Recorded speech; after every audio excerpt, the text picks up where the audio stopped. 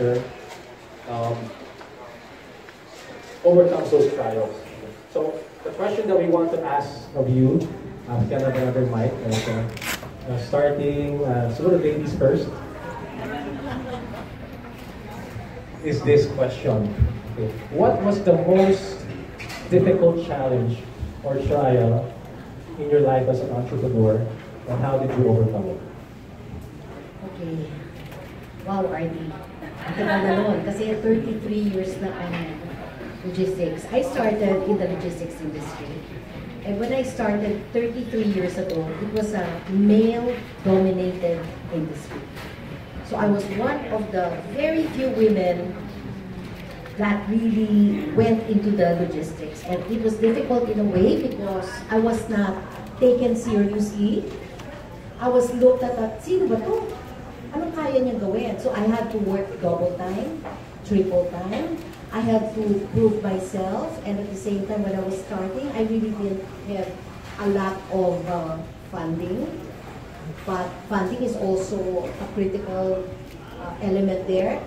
But I was able to overcome it because I believed in what I was doing. And I know the why behind what I was doing. And I really went through it. And I think one of the things that we have to have as an entrepreneur is having that grit. Or like yung walang bibigay or walang do not give up. Even when the challenges are so way high that you just don't know what to do, then just do not give up. And one of the rules that I have, as preparation time. So yeah, 33 years of preparation time. And you started when you were just 10 years old. Exactly. Hindi naman halata yun, di ba? Okay. So that's basically it. But just to put the ano on that, after a few years, I was recognized as the first woman president of the Air Freight Cargo Organization. Thank you. Okay, light of knowledge also, those two special people just joined us. To my extreme left is Sandy Montano, and she is part of this book. Her story is on page chapter 16. Okay, I met Sandy on a flight to Davao, Mati, and she shared with me her story. She's an entrepreneur who started a remarkable company training people how to respond to disasters, because she was a survivor of the Baguio earthquake. She was buried under the rubble for 3 days and survived. So I have a question for you for that. And of course, our guardian angel in the industry. Let's all welcome also PBI Secretary Ramon Lopez. Thank you so much for coming, bossing. So, maraming stories dito in the book that were inspired by the Go Negosyo movement. And Ramon and I, when he was still the executive director of Go Negosyo, we used to go and travel to Zamboanga, Mindanao, so many places together just to preach the gospel of entrepreneurship right there. And so we spent many dinners and late nights together making kwento to each other. So thank you, Secretary Juan, thank you so much. So the question that we were asking is, what was the most difficult challenge or trial and how did you overcome it? Okay, so we'll come back that way. So siguro we'll go alternate. All right. So Johan, could you answer that? Ang unang challenge sa akin was well, the first challenge was for me on a personal basis was I didn't finish college. So I never had a degree when I started my career. So I couldn't find work. I could find work, but not the work that I wanted. So I ended up trying to sell anything, sell cardboard,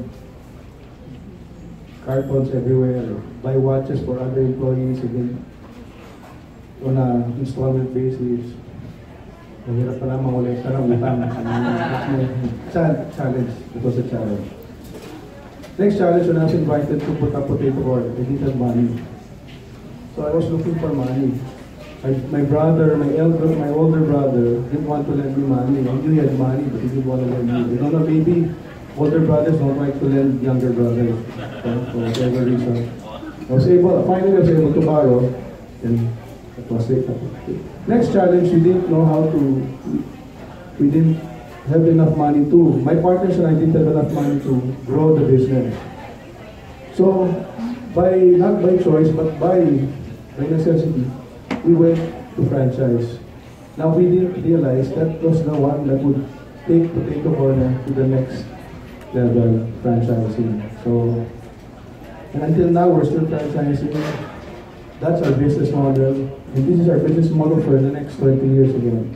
Potato Corner is now 37 years, and we've faced so many challenges. And one key habit that we as a company do every time we're faced with a big challenge was always to seek help. Help from friends, help from consultants, help from Negosyo, help from RD, help from many people, and help from God. Big hand for Drama. If you want to buy a franchise of Potato Corner, you can also line up later. Sa akin siguro, I had so many challenges when I was starting my business. Kasi una-una, when I started, it was in 1981, not Balay Sibat, that was Technoasia. I fell in love with construction, but the construction, I don't have any experience in construction except the house that I built. So, and 1981 was not a good time to start business. My friends were telling me it's not a good time to start business, martial law, recession, etc., magulo. And it was difficult. It started with 50,000 pesos capitalization. So I started getting small contracts. We did handyman services for subdivisions here in Makati, some offices. And that's how we started. Hanggang magsimula kami ng property development. But napakaraming challenges because in the first place, I am an accountant by profession. I used to work with the bank. So I had to learn the ropes. I had to learn everything by myself. At the same time, maraming financial challenges kasi yun yung time na money was not easy to come by. But through the years, there was a time, lalo na nung Asian crisis in 1997, I've been asked by a lot of friends na kung hindi ko may consider na mag-iba ng career, mag-iba ng negosyo. But this one is nasa puso ko yung what I'm doing is something that I love. Parang I cannot part with it. So, I believe in what I've been doing. Lagi ko lang sinasabi, do things differently. Because everybody is doing the same thing. Everybody is doing housing packages. But I think yung key ng survival namin is be different. Come up with different packages. So, nagsimula kami noong 2000, we came up, ang tawag doon, crisis-proof packages. Because real estate construction business has been rocked by crisis after crisis. Mula pa ng panahon ni Berda, nag-tulog siya ng housing project siya. Every now and then, yung mga crisis So, we have to come up with packages na wala na crisis. Mas ganun mangyari, you'd be able to stand in your own. So, after 36 years,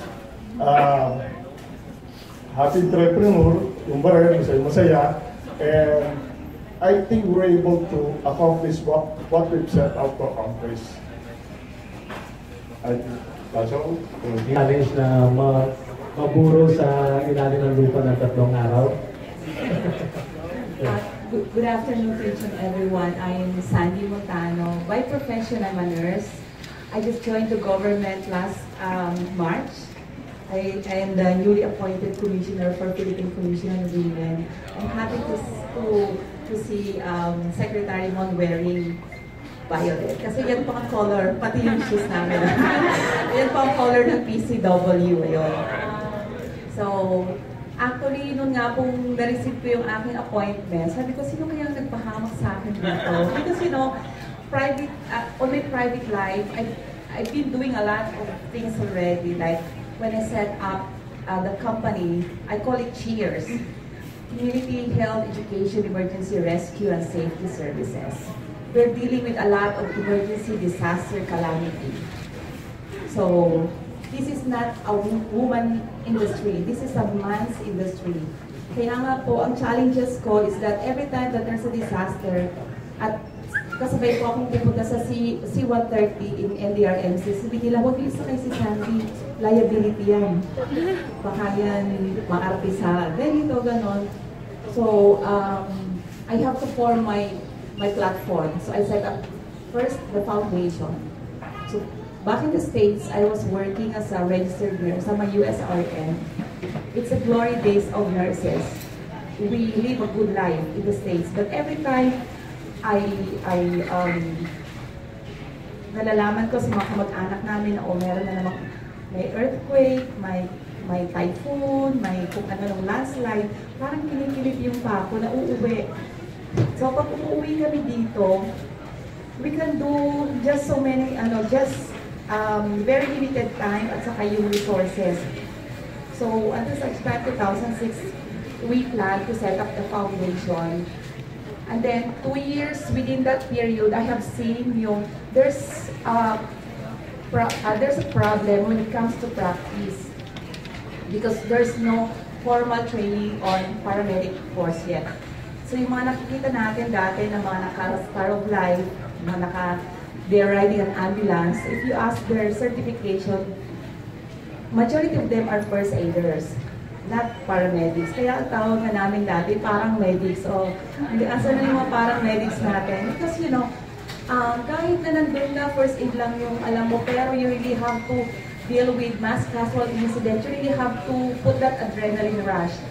So, lagi po akong nabubuli noon. Hindi ako sinasama sa mga discussions on this stuff. At such time, I set up the foundation, I set up the school.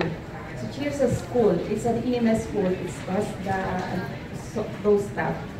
Wala pong gusto mag-invite sa akin, not even my school, not even the LGU where I belong, because I'm an Ilocana by blood. GI, genuine Ilocana. So, sabi ko, siguro, ang Pilipino, marirealize lang natin importance ng disaster preparedness, climate change, mga yan. Pag nag-mainstream na siya. True enough, from number 9 tayo, most disaster country in the whole world, naging number 5, naging number 3 now. I don't think this is a good news. We're now number 2, most disaster country in the whole world. And there was a lobby signed by President. Hindi lang disaster ang problema natin, safety rin. There's a lot of risk, vehicular accidents. So, nagawa ng batas sa Presidente, minandate ng Republic Act 11058 na lahat ng establishment, small, medium enterprise should have an SO1 or safety officer lahat. Safety officer 2. Because why do we have to limit ourselves? Why do we have to be reactive when we can be proactive? So, when we started CHEERS 2008, talagang yung hard-earned money po namin mag-asawa, halos ma-drain na. We want to co-shop. Nag-usap na kami na, sige, bumalik na lang tayo sa Amerika kasi siguro hindi pa ready ang Pilipinas on the advocacy that we are doing. 2014, there was this awarding in ASEAN. So they're going to award yung Asian Woman Leader. AIM, through Professor Macaranas, nominated me. So, yung mga finalists, talagang big names. Si Miss Maylita Viva, si Vicky Bello. Sabi ko, sino kaya sa dalawang itong mananalo? So, when, during the time, ang secretary is si Gregory Domingo, si President Aquino po ang presidente lang. So, excited ako kung sino sa kanila. Sabi ng mother-in-law ko, si Maylita yan, kasi ang dami niyang project. Sabi naman nung husband ko, hindi, si Vicky Bello yan, mami. Wala mo lang nagsabi na, pwedeng ikaw manalo, di ba? Oo, wala mo lang vote of confidence sa akin. So ako, punta na ako sa gilid, sa likod. So na tinatawag na nila yung profile ng awardee, ganyan. Tapos nilagay na yung logo ng Cheers, tinawag yung pangalan ko. I was not even ready with a handkerchief. I was crying. Kasi this is the first award that I received after setting up Cheers. So the rest is history. So we were, even si MVP noon, siya yung chairman ng ASEAN. So girl, I don't know her. So we have to, parang getting to know breakfast, tell about my story, how I survived 3 days earthquake in Baguio City. I was under the rubble for 3 days. On the third day that I was really, alam mo yun, yung tipong it's a butterfly from death, I prayed hard to God that if this is my last day on the earth, God, sana makita yung ng parents ko ang aking kataber. Para may closure sila because si Papangan sa si Mamang, elementary level lang sila eh. Baka hindi rin na matanggap na yung bunso nila, namatay na or mag-wish pa sila na buhay pa. So nag-astral na ako. So separate na aking body and soul. So ito nakakatuwa kasi nakita ko mismo where I was buried, then there is this 2 sniffing dog. Talagang kinakakulan nila where I was buried. There was this, ito na yung mga usosera. Inalis nila yung slabs. At in such time, they sold me. So, yung mga rescuers, CDPR, ako wala talaga. Buti na lang, ang DOH hindi ready. They don't have enough black bag. Yun na the black bag, hindi ba nilalagay yung yung mga dead bodies. Sabi ko nga kay Doc Eric nung last time na nag-speaker kami sa CES board, sabi ko, thanks God to DOH, you're not ready, you're not prepared, you don't have enough black bag. I wasn't put in a black bag, I was put in Burnham Park. The second day, it rained so hard, my heart starts to beat, and then yun na. So sometimes, iba galit tayo sa ulan, ano ko ulan na naman, ganyan. Pero at the end of, in some other part of the world, there are some people who's asking or praying for water, for rain. And that was one of those are me. So, noong na-revive ko yun, noong nabigyan ulit ako ng second life, I promise to God na I would dedicate it to saving lives, to capacity building, sustainability, and so on and so forth. So, hindi ganun kadali. Because there was no EMS school, there was no pre-hospital school. Ayoko na mag-nursing noon eh. But, alam mo naman, hindi ako mag-aral. So, kung tinapos ko yun, pagkatapos ko pumunta ng Amerika, doon ako nag-EMS, doon ako nag-paramedics. It is where I hone my skills. Nung bumalik ako dito, I'm ready. I don't want to be bullied. So 2014, that was in Myanmar. After the awarding, or the first Asian Movement Leader. Siyempre, 10 country yan. Yung isa 85 years old, ka-Vietnam, parang Mother Teresa na itsura. O siguro ito na pananalunin, di ba? Kasi 85 years old na siya. So yun, nung in-announce, it was Rico Pison, ang host nun. So nakatingin siya sa akin. Sabi niya parang, kasi tinawag yung second runner-up, first runner-up, di walo pa kami nasa baba. Sabi ko, hindi na siguro, para kami ng banyo.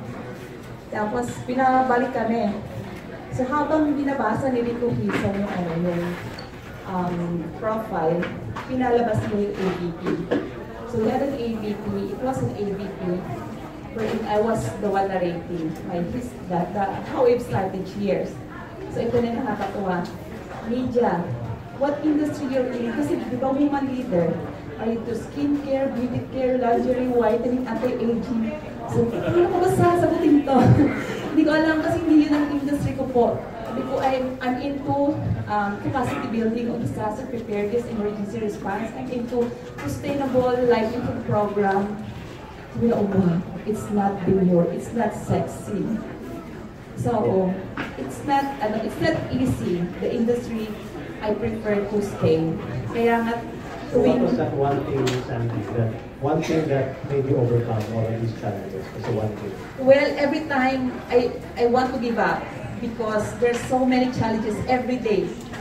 One thing that parang push me to on my perseverance is this is my, ito na yung promise ko kay God na ito na yung parang yung commitment ko sa Kanya nung binuhay niya ako nung second time.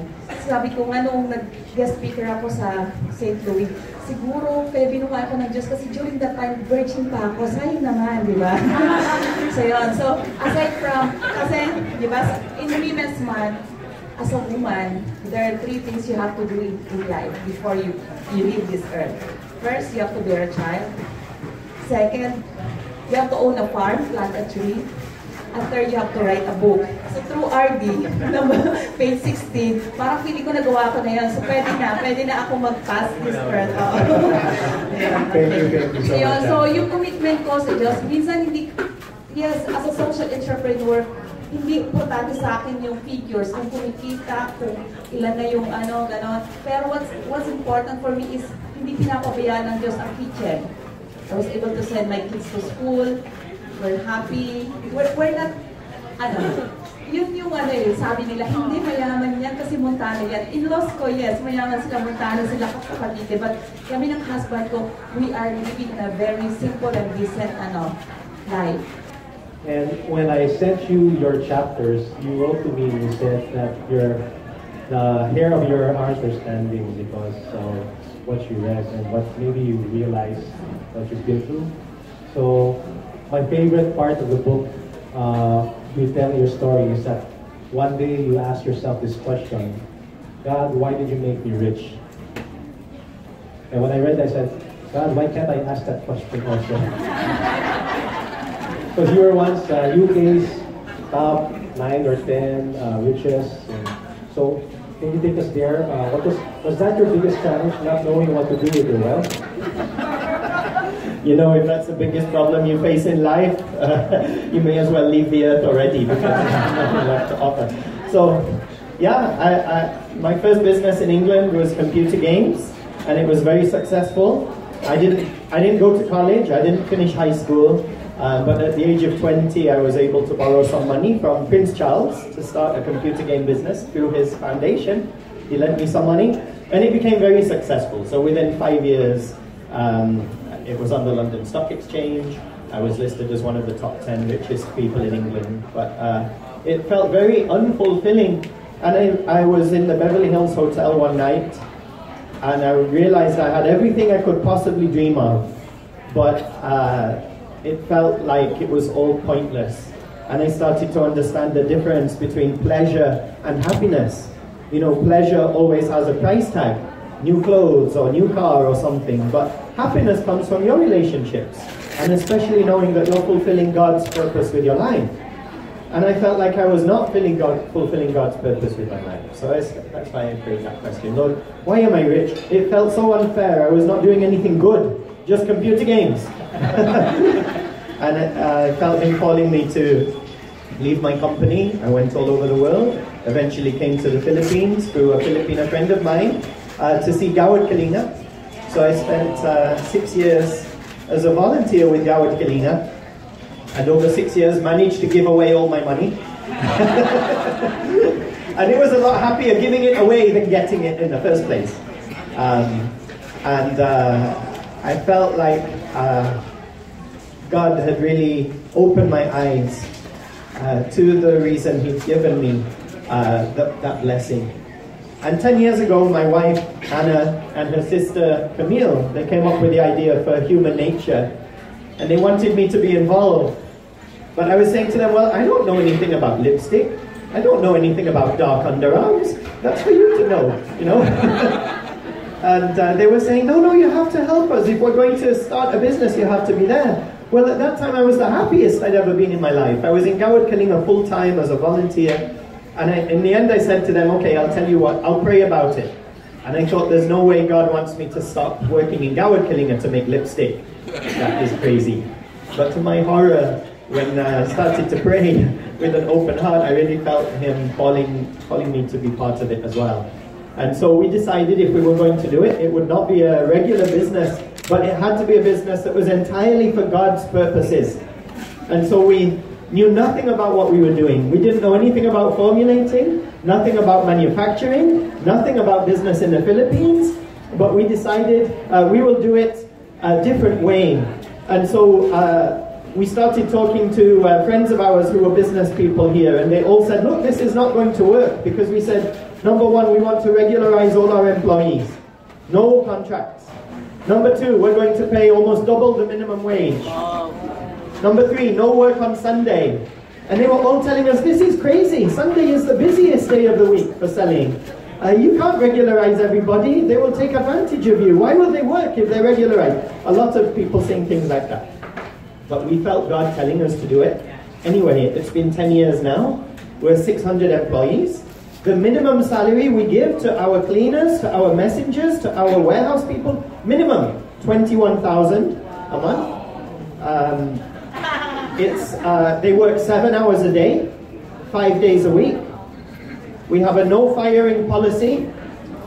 No firing, can you imagine? Because if God does not give up on us with all the mistakes we make, we cannot give up on the people He sends.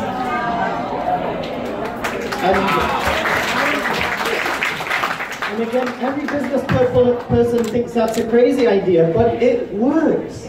When you're working with the poor, their whole life they've been told you're nothing, you're worthless, you're useless, they believe it. But when you say to them, hey, you messed up, but we will not give up on you, you are family to us now, that's life-changing to them. Wow. And so it's been 10 years of God's faithfulness. The verse that is guiding us is John 10:10, where Jesus said, I came so they should have life and live it to the full. And we want to do that in the workplace. And imagine if everything you know about business is wrong. Everything we've been taught, that it's survival of the fittest, that you have to be mean, that you have to be tough. We wanted to try it God's way. And after 10 years, it's been a walk of God showing His faithfulness to us over and over again. We didn't know what we were doing, but He sent the people who could help us. And this is my dream for the Philippines, that every Filipino will be regularized. Every Filipino will have decent income. And I cannot be rich if my workers are poor. I will have failed the Philippines. And so it's been a beautiful, beautiful 10 years. And I honestly thank God every day for bringing me here to the Philippines.